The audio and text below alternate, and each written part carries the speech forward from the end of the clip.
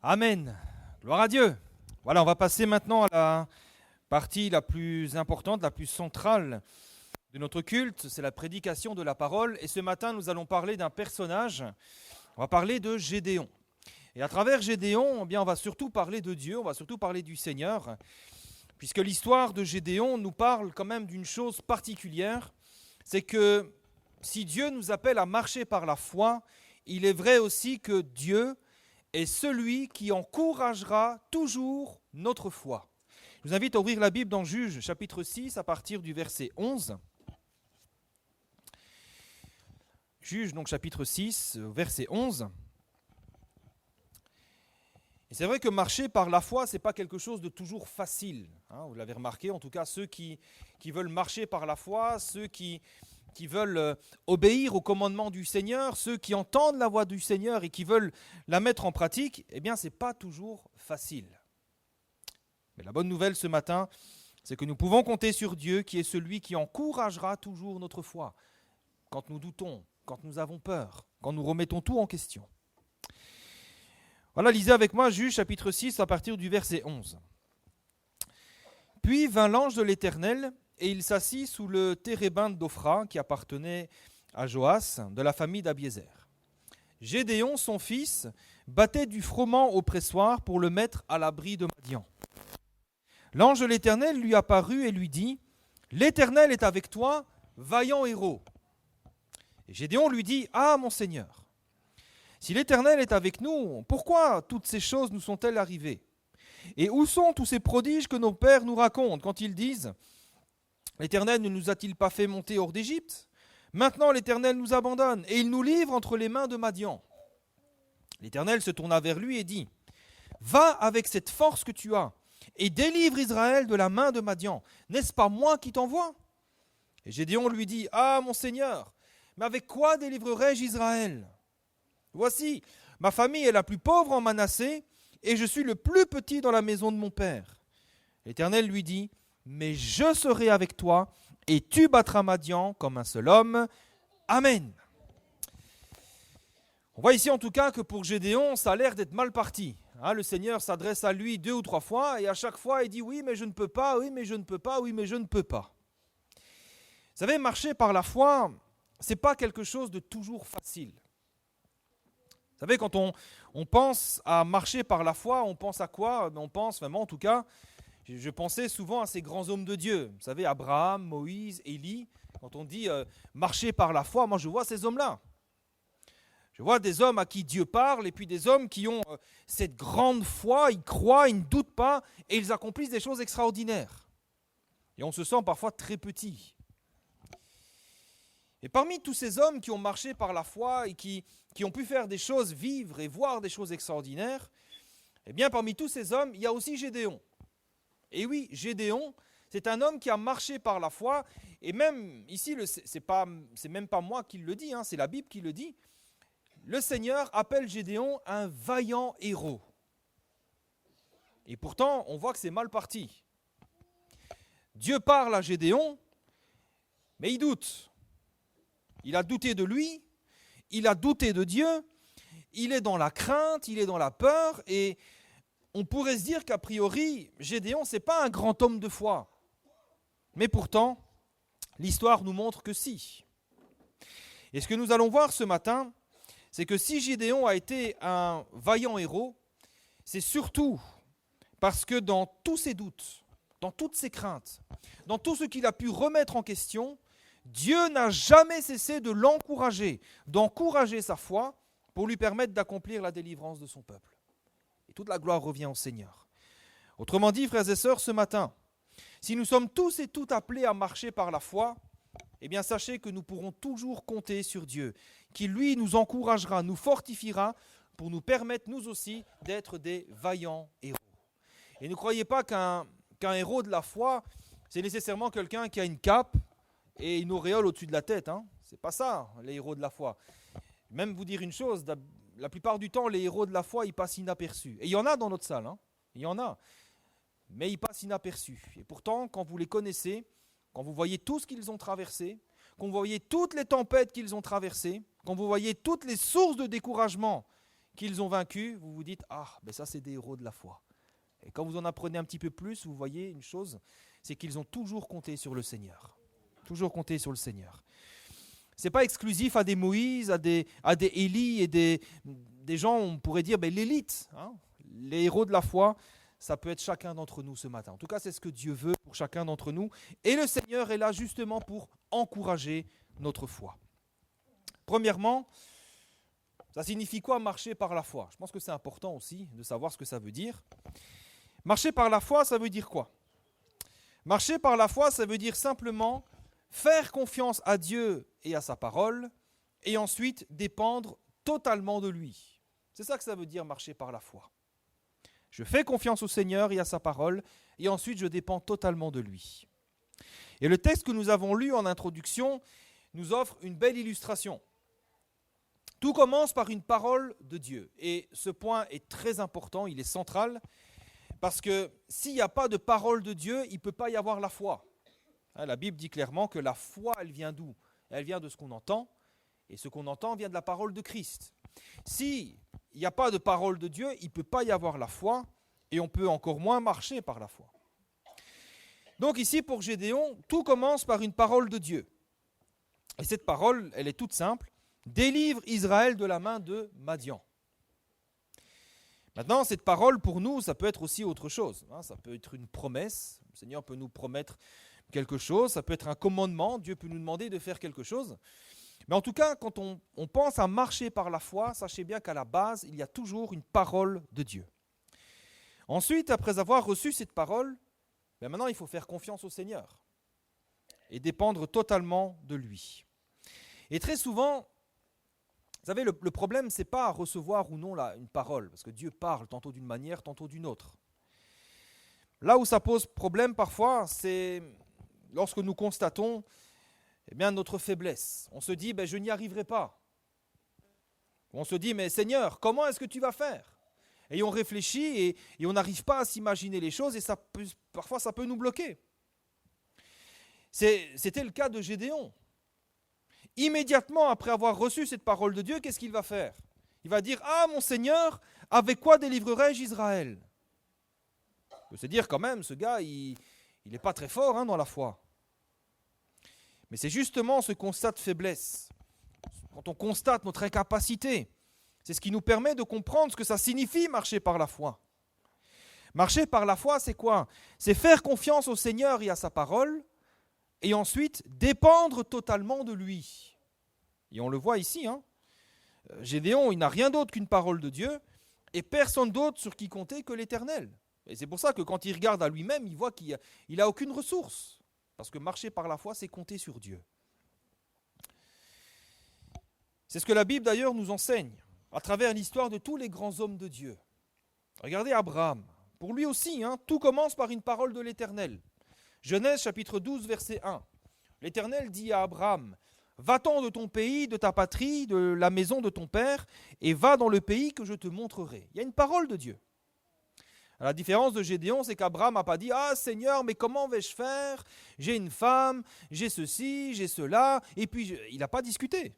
Au verset 4, qu'est-ce qu'il est dit? « Abraham partit comme l'Éternel le lui avait dit. » Tout comme Gédéon, Abraham n'avait reçu rien d'autre qu'une parole de Dieu, et personne d'autre sur qui compter que l'Éternel. Mais vous remarquerez aussi qu'Abraham, contrairement à Gédéon, il n'a pas eu peur, il n'a pas douté. Il n'a pas discuté, mais aussitôt que Dieu lui a parlé, il s'est mis tout de suite en action.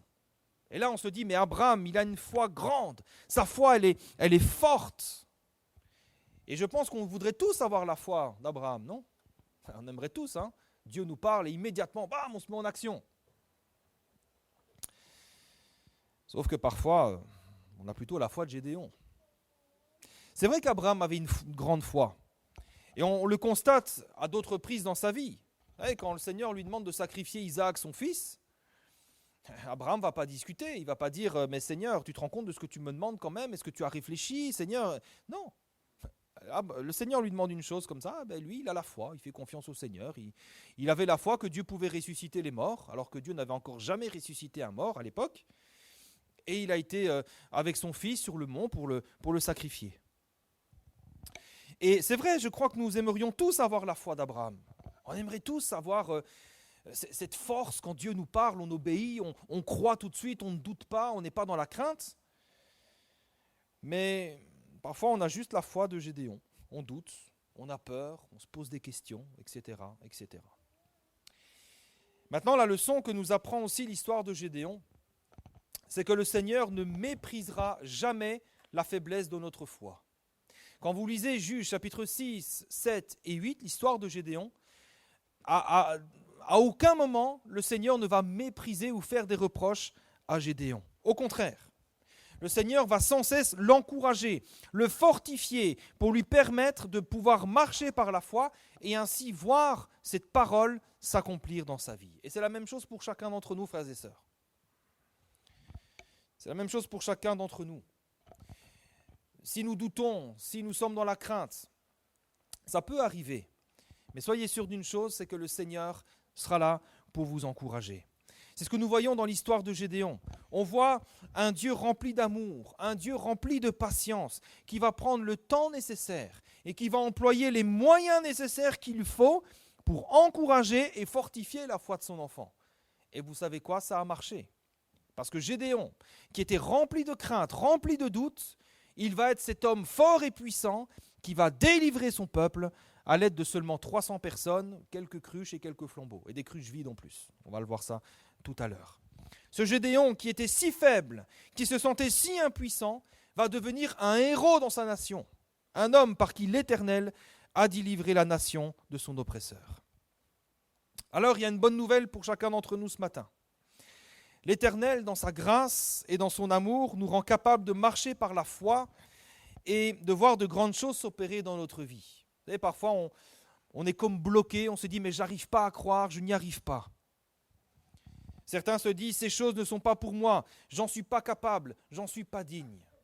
Il faut enlever ces choses de sa tête.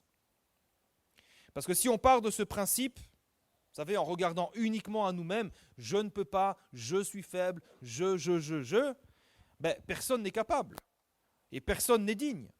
Ni Abraham, ni Gédéon, ni vous, ni moi. Personne n'en est digne. Par contre, si nous levons les yeux, que nous regardons au Seigneur, nous verrons que lui est capable.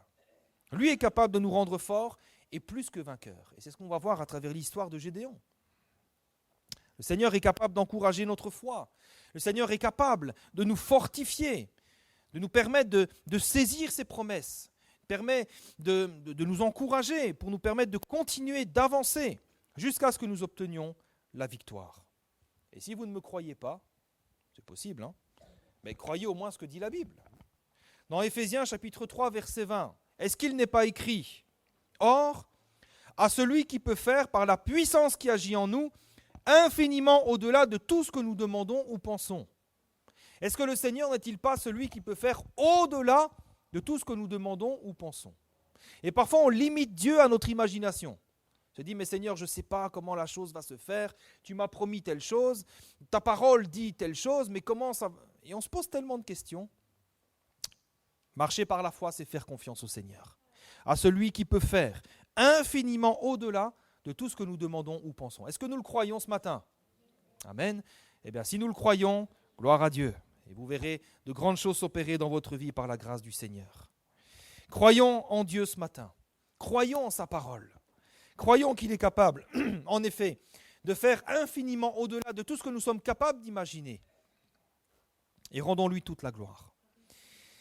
Pour revenir à Gédéon, on va voir comment le Seigneur va agir. Et vous verrez, c'est remarquable. Si vous ne connaissez pas l'histoire de Gédéon, vous allez voir, c'est absolument remarquable. Et si vous connaissez l'histoire, eh bien, ça sera un simple rappel. Gédéon a donc reçu une parole de Dieu. Hein, vous êtes d'accord avec moi, on l'a lu tout à l'heure. Délivre Madian. Délivre mon peuple de l'oppression de Madian. Et Gédéon accepte. Et puis le temps passe. Et plus le temps passe, plus les ennemis se font nombreux et menaçants. Et le moment où Gédéon va devoir prendre les armes et combattre arrive à grands pas. Vous savez, parfois on reçoit une promesse de Dieu. Je prends mon exemple, hein, c'est quand le Seigneur m'a appelé à rentrer dans le ministère. Et j'avais reçu cette promesse et on est d'accord.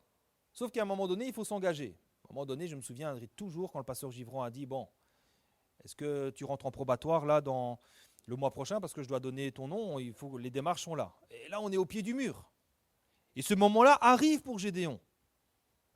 Dans Juges chapitre 6, verset 33, si vous avez votre Bible ouverte, on va lire ensemble. Gardez votre Bible ouverte dans Juges chapitre 6, on va lire quelques versets. Juges chapitre 6, verset 33, il est écrit que tout Madian, Amalek et les fils de l'Orient se rassemblèrent, ils passèrent le Jourdain et campèrent dans la vallée de Jizréel.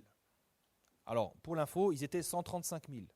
Imaginez, 135 000 personnes là-bas, une armée qui est là. Et s'ils sont là, c'est pas pour jouer, comment s'appelle le jeu, le Molki, là, c'est ça? Pas pour jouer au Molki, c'est pas pour faire des grillades. S'ils sont là, c'est pour en découdre. Et Gédéon, il a la réaction la plus humaine qui soit.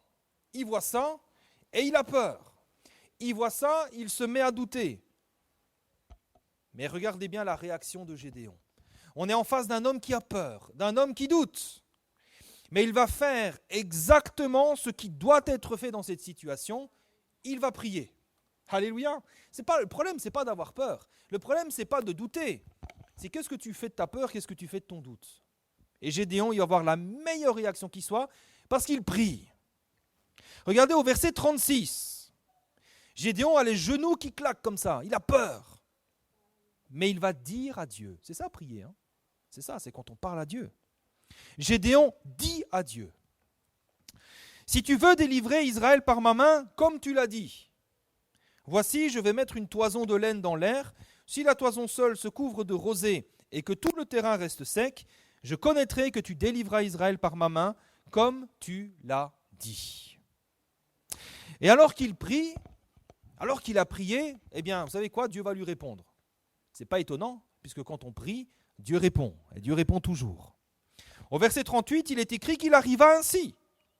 Le jour suivant, il se leva de bon matin, pressa la toison, et en fit sortir la rosée qui donna de l'eau plein une coupe. Dieu lui a répondu. Alléluia. Vous voyez comment Dieu est bon? Le Seigneur ne va pas lui faire un reproche, il ne va pas le critiquer, il va lui dire, mais Gédéon, qu'est-ce que tu me demandes là? Tu me demandes si tu veux délivrer Israël par ma main comme tu l'as dit. Ben oui, je te l'ai dit. Pourquoi tu doutes? Eh non. Le Seigneur va simplement encourager son serviteur. Il va simplement répondre à sa prière parce qu'il a besoin d'être encouragé. C'est pas tout. Au verset 39, Gédéon va encore prier, il va dire à Dieu que ta colère ne s'enflamme pas contre moi et je ne parlerai plus que cette fois. Je voudrais seulement faire encore une épreuve avec la toison, que la toison seule reste sèche et que tout le terrain se couvre de rosée. Et verset 40, qu'est-ce qu'il est écrit? Dieu fit ainsi cette nuit-là. La toison seule resta sèche et tout le terrain se couvrit de rosée.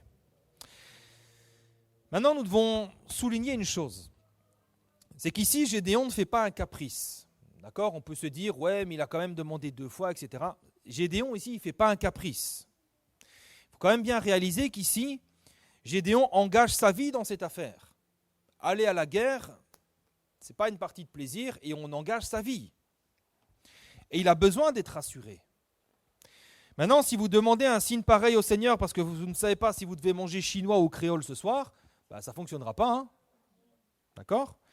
Ici, on est dans quelque chose de vraiment sérieux. Il y a vraiment une décision importante à prendre. Une décision qui peut lui coûter la vie. Et le Seigneur comprend ça. Il comprend sa crainte, il comprend ses doutes. Et c'est pour ça qu'il ne va pas hésiter à répondre à Gédéon, sans lui faire de reproches. Et nous voyons aussi que la démarche de Gédéon n'est pas un caprice, puisqu'à la suite de cela, il va se lever et il va se mettre en route pour aller combattre cette armée qui, je le rappelle, était composée de 135 000 hommes. Dans Juges, chapitre 8, verset 10, vous voyez qu'ils étaient 135 000. Et c'est d'autant plus important que Gédéon ne va pas affronter Madian d'égal à égal. Il ne va pas se dire, il ne va pas se lever contre Madian avec 300 000 personnes, mais seulement avec 300 hommes.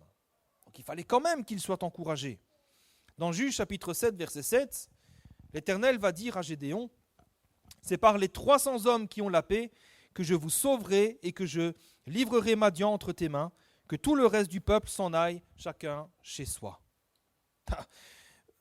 Quand le Seigneur lui dit ça, Pourquoi est-ce que Gédéon ne se défile pas? Pourquoi il dit Seigneur, non, 300 pour les 135 000? Non, non, moi je n'ai pas signé pour ça. Pourquoi il ne s'est pas défilé à ce moment-là? Parce qu'il fallait quand même avoir une sacrée dose de courage pour s'attaquer à 300 face à une armée de 135 000. Eh bien, s'il ne s'est pas défilé, c'est tout simplement parce que l'Éternel a pris le temps de donner à Gédéon l'assurance et les garanties dont il avait besoin. Quand Gédéon a vu les 300 hommes qui restaient, il a fait le calcul. Dans son cœur, il s'est certainement rappelé l'épisode de la toison. Il s'est dit, mais le Seigneur est avec moi. Et certainement, il a dû se dire, comme le psaume 118, verset 6, « L'Éternel est pour moi, je ne crains rien. Que peuvent me faire des hommes? L'Éternel est mon secours et je me réjouis à la vue de mes ennemis. » Amen. Gédéon était alors là, plein de foi et prêt à aller affronter l'ennemi. Mais nous devons quand même souligner une chose, c'est que toute la gloire revient à Dieu. Toute la gloire revient à Dieu. Si Gédéon a pu avoir cette foi, si Gédéon a pu avoir cette force, s'il a pu avoir autant de courage, c'est grâce à Dieu. C'est parce que Dieu a entendu sa prière. Dieu a vu son cœur et Dieu a fait tout ce qu'il fallait pour le fortifier, pour l'encourager et pour qu'il devienne un héros puissant. D'ailleurs, vous savez, quand on lit le texte en introduction, on dit « Mais pourquoi le Seigneur l'appelle vaillant héros ?» Parce que le Seigneur savait qu'il allait façonner Gédéon pour en faire justement un vaillant héros. Et le Seigneur réussit toujours ce qu'il entreprend, non? Alors le Seigneur veut faire de nous ce matin des vaillants héros. On se dit, mais comment c'est possible? Je suis petit, je suis faible, je n'ai pas d'instruction. Le Seigneur fera tout ce qu'il faut pour t'encourager, pour fortifier ta foi et te permettre de relever tous les défis que tu as à relever. On le voit ici avec Gédéon. Vous savez, nous aussi, il y a des situations que nous devons traverser et qui parfois peuvent aussi nous effrayer, comme Gédéon. Comme Gédéon, il se peut que Dieu nous ait déjà parlé. Mais quand nos yeux voient les choses s'envenimer, eh bien là, on peut avoir peur. On peut se sentir effrayé. Et on peut se mettre aussi à douter. Et j'aimerais vous rassurer que parfois on culpabilise. Vous savez, il y en a qui culpabilisent. Ils disent, mais le Seigneur m'a parlé, je sais ce que Dieu veut, je sais ce que... Je connais les promesses de Dieu pour moi, mais il n'y a rien à faire, j'ai peur, je doute. Si vous ressentez cela, rassurez-vous, ça veut dire simplement que vous êtes des êtres humains. C'est rassurant, non? Vous êtes juste des êtres humains, c'est tout ce que ça veut dire. Et Dieu, notre Père, il le sait aussi. Vous savez, le Seigneur ne se trompe pas sur nous, il nous connaît parfaitement. Dans le psaume 103, verset 14, il est écrit qu'il sait de quoi nous sommes formés, il sait de quel bois nous sommes faits, et il se souvient que nous sommes poussière. En tant que Père parfait, Dieu ne veut pas nous accabler. Il ne veut pas nous accabler de chagrin. Il ne veut pas nous faire culpabiliser.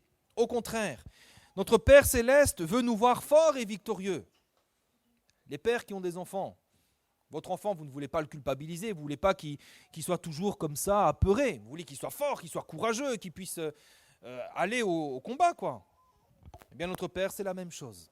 Et c'est la raison pour laquelle il n'hésitera pas à venir nous encourager et nous fortifier pour que nous puissions continuer d'avancer dans la victoire. Vous savez, nous ne devons jamais oublier que nos combats, avant tout, ils sont spirituels. Vous savez, les victoires que nous avons dans notre vie, avant tout, ce sont des victoires spirituelles. Et ensuite, elles ont une répercussion dans le monde, on va dire, matériel. Mais avant tout, nos combats, nos victoires sont spirituelles. Nos victoires, nous les obtenons d'abord dans la foi et par la foi. Dans 1 Jean chapitre 5, verset 4, il est écrit que tout ce qui est né de Dieu triomphe du monde, et la victoire qui triomphe du monde, c'est quoi? C'est notre foi. Qui est celui qui a triomphé du monde, sinon celui qui croit que Jésus est le Fils de Dieu? Vous voyez, là, Gédéon, quand il a la foi en Dieu, il a déjà la victoire. Madian est déjà vaincu. C'est pour ça que la foi est si importante. Et c'est pourquoi, ce matin, si nous avons besoin d'être fortifiés dans notre foi, eh bien, il y a une seule chose que nous devons faire, c'est prier. Vous avez remarqué comment c'est simple, Gédéon, il a simplement parlé avec Dieu et le Seigneur l'a exaucé. Alors souvent, c'est vrai, nous avons honte quand nous doutons, quand nous avons peur. On a honte.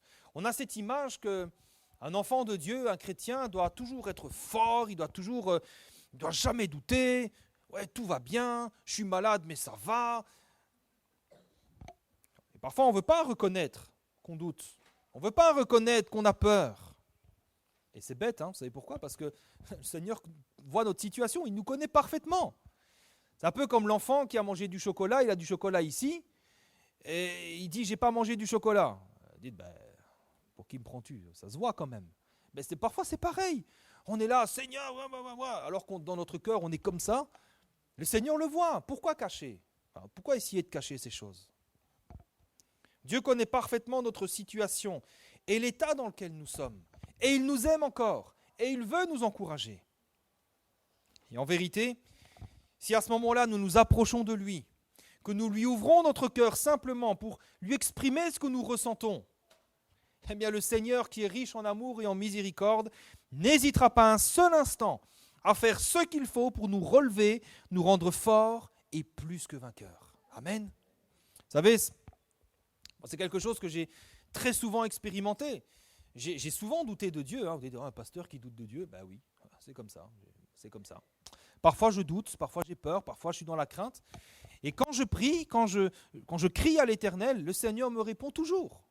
Et parfois, le Seigneur me parle tellement, le Seigneur me donne des versets, j'en ai une liste longue comme le bras de versets que le Seigneur m'a donnés. Et quand je les relis, je me dis, Seigneur, tu m'as parlé, et je suis dans la paix, je suis dans la confiance. Ah oui, si nous reconnaissons simplement notre état, comme Gédéon, si nous prions le Seigneur, c'est là qu'il pourra nous répondre. Vous savez, c'est ça aussi, marcher par la foi.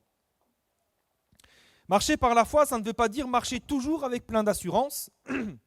Marcher par la foi, ça veut surtout dire toujours compter sur Dieu. Amen. Et ça, c'est important. Marcher par la foi, ça ne veut pas dire marcher toujours avec plein d'assurance, en bombant le torse, en disant par la grâce de Dieu, ça va. Ça veut dire toujours compter sur Dieu. C'est savoir reconnaître, Seigneur, je doute. Viens au secours de mon incrédulité. C'est ce que Gédéon a fait. Dans un moment de doute et de crainte, il se tourne vers Dieu et en retour, Dieu le fortifie. Amen. Mais l'histoire de Gédéon ne se termine pas comme ça. Il y a un deuxième épisode, il y a un deuxième chapitre qui est absolument remarquable. Et on va lire ensemble au chapitre 7, versets 9 à 15.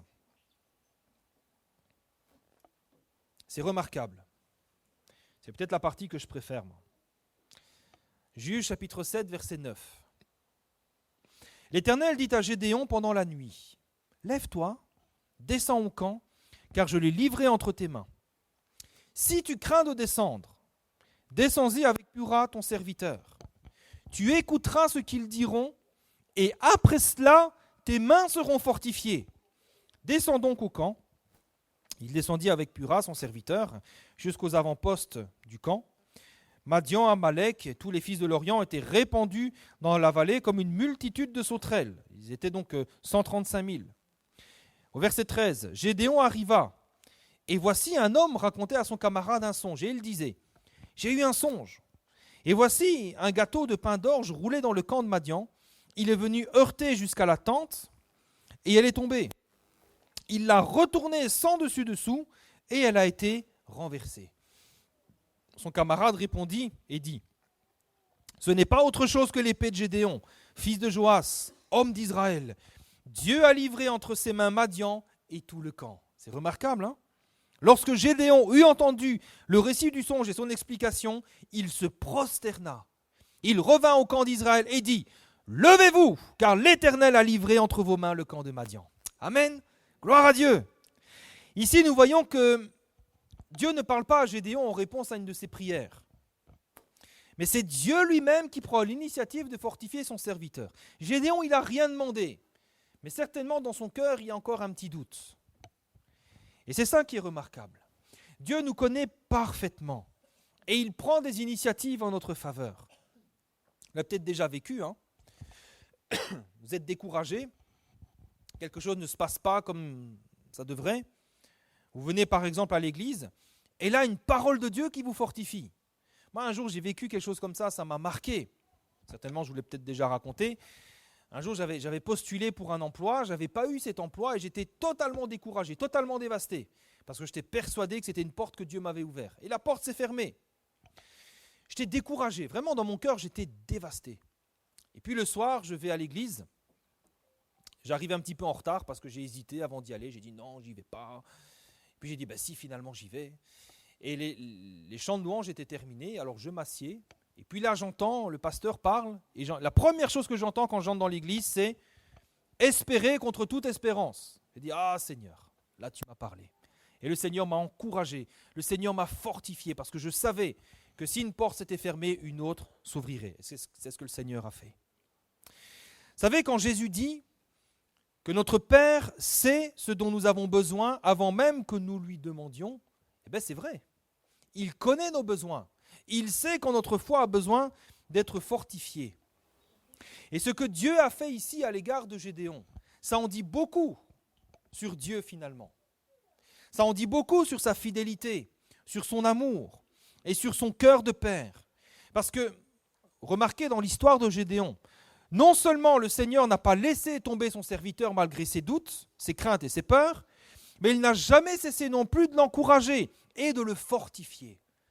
Que notre Dieu est merveilleux. Amen. Que notre Dieu est merveilleux. Quand Gédéon doute de lui, « Ah, mon Seigneur, avec quoi délivrerai-je Israël ?» Le Seigneur le rassure, « Mais je serai avec toi, et tu battras Madian comme un seul homme. » Quand Gédéon doute de Dieu, « Si tu veux délivrer Israël par ma main, comme tu l'as dit. » Et là, il doute de Dieu. Le Seigneur le rassure encore. Il l'exauce à 2 reprises avec la toison. Et quand Gédéon est sur le point de s'engager dans la bataille et que son cœur bat fort, eh bien le Seigneur prend le temps encore de le rassurer encore une fois. Et à cet instant précis, quand le Seigneur achève de fortifier son serviteur une dernière fois, Gédéon est affermi. Là, il est fort, il est plein de force, plein de courage. Là, il ressemble à Abraham lorsqu'il quitte son pays et qu'il va là où Dieu le conduira. Là, Gédéon est prêt à s'engager sur le champ de bataille. Dans Juges chapitre 7, verset 16, on lit ensemble, il est écrit qu'il divisa en trois corps les 300 hommes. Et il leur remit à tous des trompettes et des cruches vides avec des flambeaux dans les cruches. Imaginez un petit peu la dose de foi qu'il faut. Non seulement ils ne sont que 300, mais en plus ils n'ont même pas d'armes. Ils n'ont que des trompettes, des cruches vides et des flambeaux. Mais ce n'est pas un problème. Ce n'est pas un problème. Parce que Gédéon sait maintenant, d'une foi ferme et sûre, que Dieu est avec lui, que c'est Dieu qui combat avec lui et que c'est Dieu qui lui donne la victoire. Il n'a plus aucun doute. Pourquoi ? Parce que l'Éternel l'a fortifié. Amen. Dans Juges chapitre 7, verset 22, les 300 hommes sonnèrent de la trompette et dans tout le camp, c'est l'Éternel qui leur fit tourner l'épée les uns contre les autres. Ils sont devenus comme fous. Ils se sont entretués.